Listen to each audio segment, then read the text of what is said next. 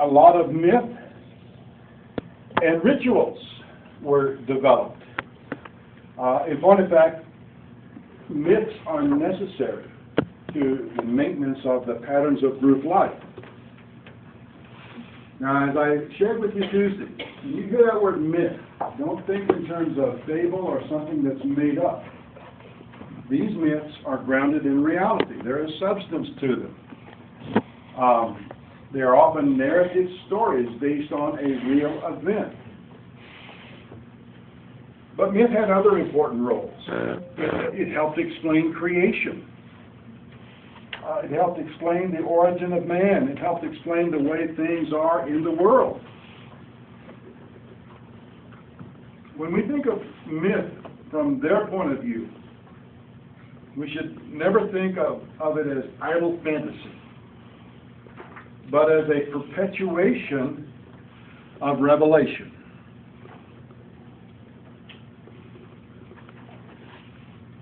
Magic also played a significant role in prehistoric and even later religious cultures. It endeavors through an utterance of set words or the performance of set acts, or both, to bend the powers of the world and the sacred to one's benefit. Now, when you and I today think of magic, we think of a magician and his sleight of hand, or we think of illusions. But in primitive religions, the term magic takes on a far more serious meaning. Probably the most common form of magic among primitive societies is sympathetic or imitative magic. In this form, one attempts to coerce nature into some act by performing that act itself, but on a smaller scale. For example, like the rain dance. And another example is what we, for lack of a better term, would call the voodoo doll, in which a magician seeks to do evil to an enemy or to a rival.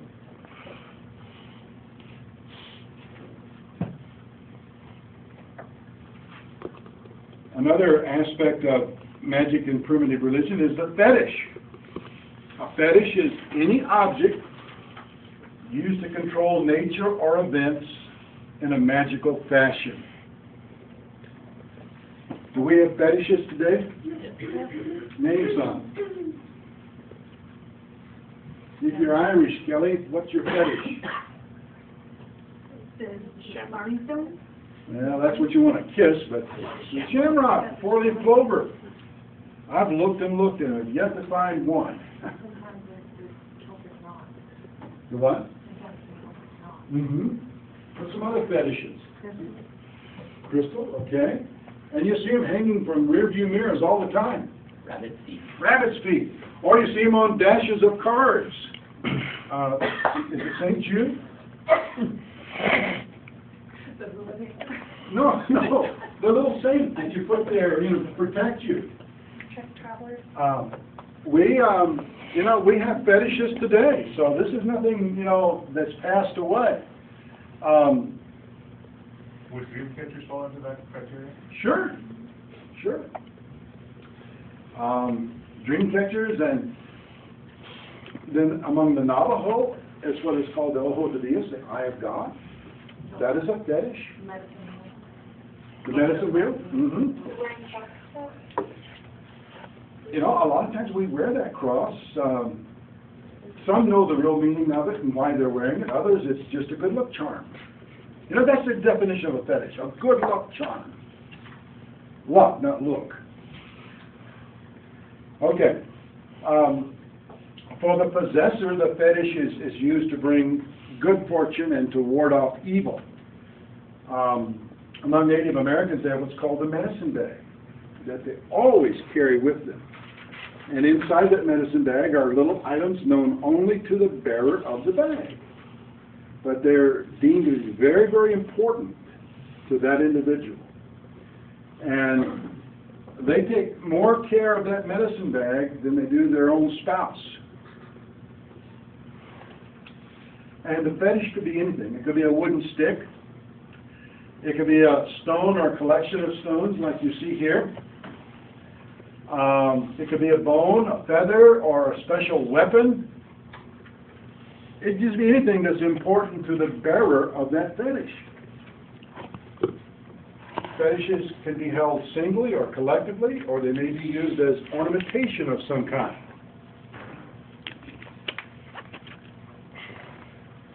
Most often,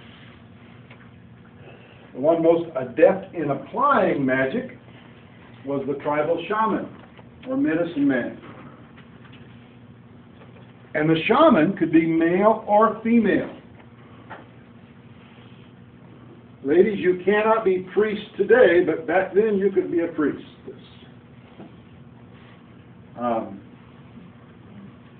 So the shaman, one's sex was not an issue.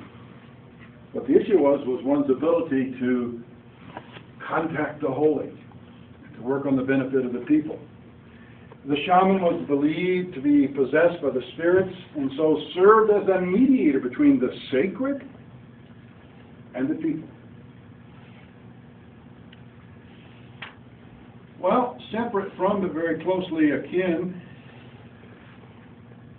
was the, whoops, went one too far, was the concept of prayer. Now, it seems highly unlikely, and again, this is speculation, that prehistoric men would have individually or spontaneously prayed.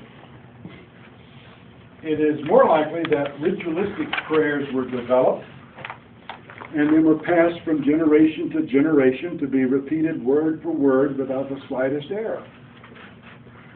Formal prayers generally contain the elements of adoration, confession of wrongdoing, the promise of atonement, thanksgiving and grateful recognition of past favors, and supplications or petitions for a specific blessing.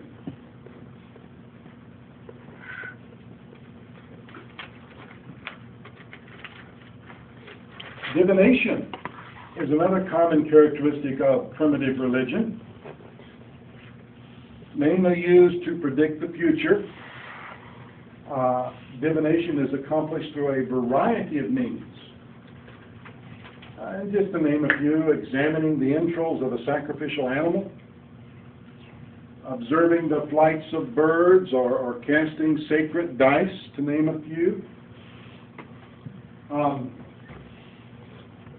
Interesting statement in the Old Testament. Do you know what, or ever heard the terms the Urim and Thummim?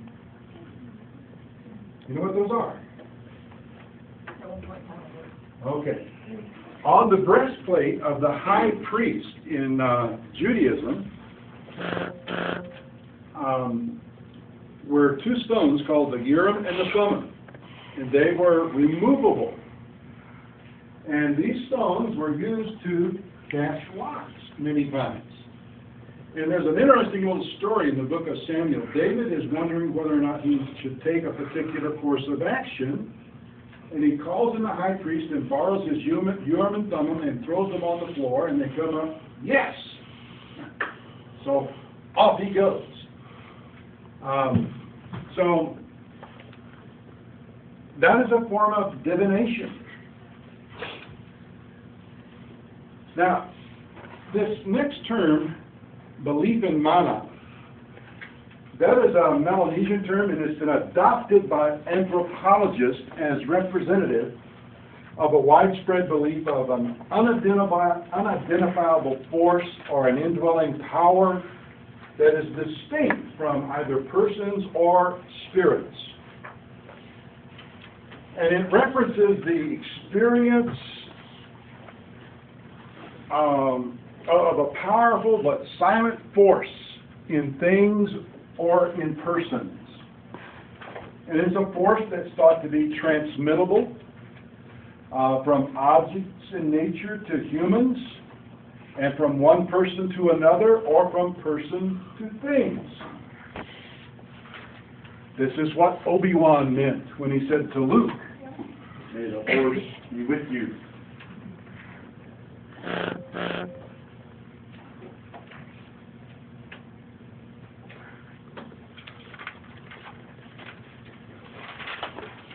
Then there is animism.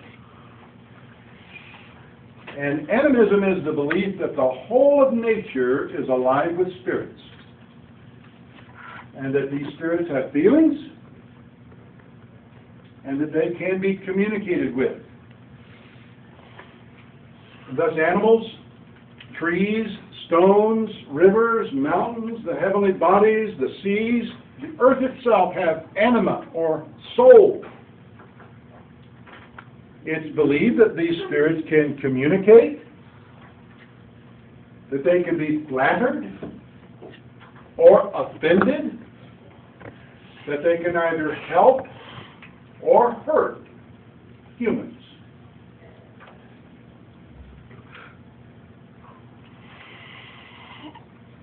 Another common characteristic is that of veneration and worship of powers.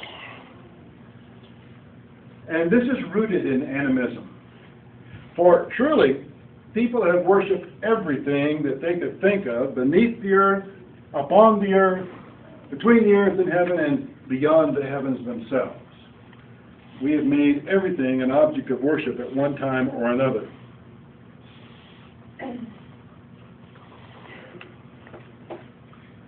In regards to the recognition of a supreme being, it is highly questionable whether primal people were cognizant of a supreme being. It is possible that they may have recognized the existence of a deity far up in the sky or at a great distance, perhaps who created everything and at a distance oversees all that goes on. But it's most probable that such a supreme being, at least from their perspective, did not evoke a religious response comparable to the intensity that familiar spirits and powers encountered on a daily basis. If they acknowledge a supreme being, it's just someone way off there, but the river god is here, or the spirit of the tree is here, whatever. Does that make sense? Well, maybe I better restate it. Do you understand what I'm saying? I don't know if it makes sense or not. So they would, again, this is speculative on our part. We just don't know. We do know this, that taboo played a great deal in primal religions. And taboos are prohibitions applied to many things, persons or actions, because they're considered sacred or dangerous or socially forbidden. Can you think of any taboos today? And we still have them. Well, I think of one probably like in the back, maybe the Ark of the Covenant. Do what? The Ark of the Covenant. Okay, what about it? Wouldn't that be considered? I mean, it doesn't exist, but wouldn't it be considered a taboo? Well, it was taboo for anyone but a priest to touch the Ark of the Covenant. There's a neat story in 1 Samuel. No, it's 2 Samuel, I'm sorry. The Ark of the Covenant has been in a place called Bethel, or no, Shiloh. And David wants to move it from Shiloh to Jerusalem. And so he sends some men to get it. They're not priests. They're well-intentioned men, and they load it on a cart. And as they're trucking it down the road, it starts to tip off, and one of the men, to keep the ark from hitting the ground, reaches up and touches it, and then immediately is killed. And so they park it where it is. It doesn't go any further. And David goes and consults to find out what has gone wrong here, and he learns, well, I was a little capricious in my actions. I need to send priests. They need to use poles made of gopher wood, run through the rungs of the covenant, Ark of the Covenant, and carry it on their shoulders, not on a cart. So yes, it was taboo, forbidden to touch. Consider That is taboo. Yes, We're going through more modern. Sayana, right? Sayana. Sayana, okay. Like, that new thing that branding that you do to yourself, like you go get branded with a little, like, it's like a tattoo, but it's not a tattoo. that they use. Yeah, like they brand you, and they leave like designs and stuff in you, when they do it. And that's taboo? Yeah, I think so. Huh? Yeah, wouldn't it be? Marks your body. I mean, Yeah, could it's you- like- Is there an ordinance against, see, that's what taboo Well, is. it's in Canada, it's not allowed here yet. Okay, so here it's taboo, Yeah. it's forbidden, okay. Listen, we have so many taboos around that we break every day. It's taboo to go over the speed limit. How many of you do? Yes. I think mine's a little bit more of a social issue, but like speaking negative of the dead, like Okay. speaking bad about them. Uh-huh. And we're gonna come across that. Oh, it's 9, or it's, you got 5 minutes left. Okay, I need to, I meant to get say through this, 10:40. folks. Let me get through this, and you'll be on your way. Closely tied to taboo was the need for purification rites. Obviously, people are going to slip up and break a taboo, and at that point they're considered unclean or ostracized. And, a couple of things. Either they're going to be sentenced to death or they need to be purified, ritually cleansed. So the very existence of taboos indicates that a taboo breaker needs some means or some method to escape the consequences of the broken taboo. So they had purification rites. Some of these use water, some of these use smoke, some of these use sand. They run the gamut of how one became clean again. Purification was also seen as necessary in the event of a birth or death or contact with another polluted person. It was also a means that one used to prepare themselves to enter the presence of the holy. Sacrifice and gifts usually entail the giving up or destroying of something in the hope of pleasing or appeasing the spirits. And the simplest form of sacrifice is giving gifts, things of value. But it also can be as radical as requiring animal or human sacrifice. Then there was the attitudes toward the dead. And that's still an important characteristic, not only of primitive, but even modern religion. Our ancient forebears feared the dead, and they developed measures of security against troublesome and meddlesome interference from the dead. So a lot of times they would pile huge stones over the grave to lock the dead in. Or they would tie them with stout cords so that they could not escape and wrap them in cloths. In some rare instances, they would drive a wooden stake through the chest and pin them to the ground. I mean, this dude isn't going to be walking around my camp tonight. At the same time, offerings were left in the burial place to keep the dead satisfied and content. And folks, many of these customs still survive today. And finally, last but not least, is totemism. And totemism is based on the feeling of kinship that humans have for other creatures or objects in nature. Native Americans have that a lot, don't they? Do what? The Native Americans do that a Oh, lot. yes. Oh, yes. Up in like Alaska, had a lot of. And as such, it's an extension and an expression of animism. Generally involves some sort of or form of identification between a tribe or clan and an animal. Although totems in some parts of the world are identified as plants or trees or even the sun, the moon, and the stars. So that's chapter 1. There's some case studies in chapter 1 that you need to read on some specific tribes and cultures. I encourage you to do that. You may see that information on the exam. And we'll see you next Tuesday. Yes, Daniel. Where are we going to take them? What? Just the kids read online or what? No, they're in your book. At the end of chapters on the police, the Linda, and here. Okay, start.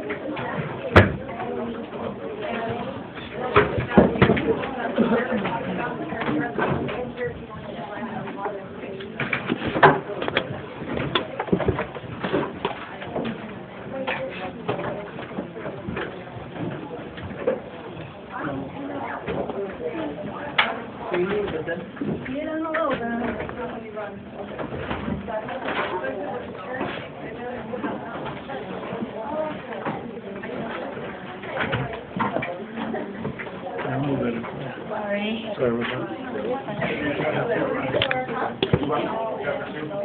about Jeff, next one.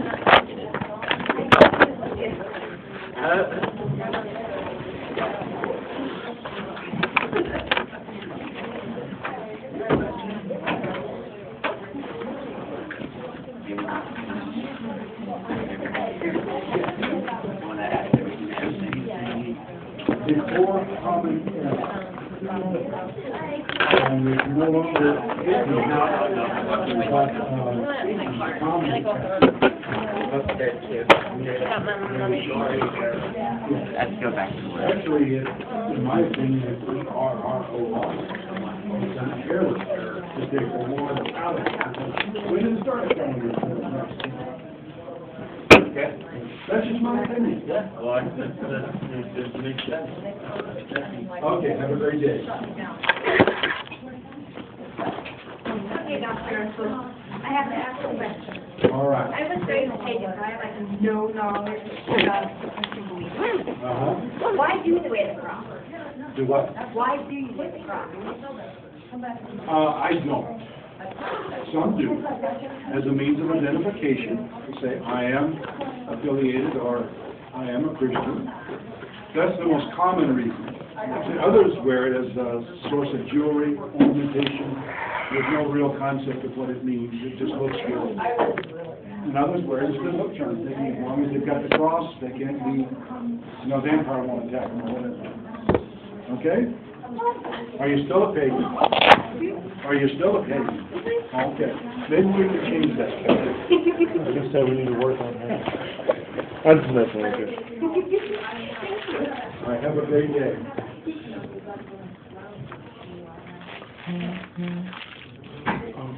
I do have one question for you. All right. Something, well, I think one of the definitions, I was taught something else in my psychology class, but I didn't want to ask you some other ones. That's fine. Question, but, you said animism. Mm-hmm. As far as what I learned, that we were describing more like personification, like personifying, like the god of the trees and giving it a personality or something like that. Where, That's animism. I don't know, they seem to go real close, but I just wasn't. They are. I just wasn't for. I guess maybe it was just my understanding of that messed up. You didn't listen real well that day in class. Yeah, no, because it was like, I know that the two go almost hand in hand, you know what I mean, but.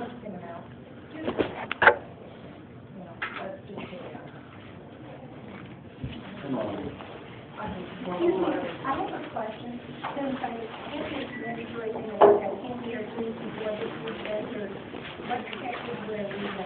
I can read it, I'll read two, and then like next Tuesday, we're gonna go over it. Is there something else I should read? Yes, chapter 3. Okay, so just read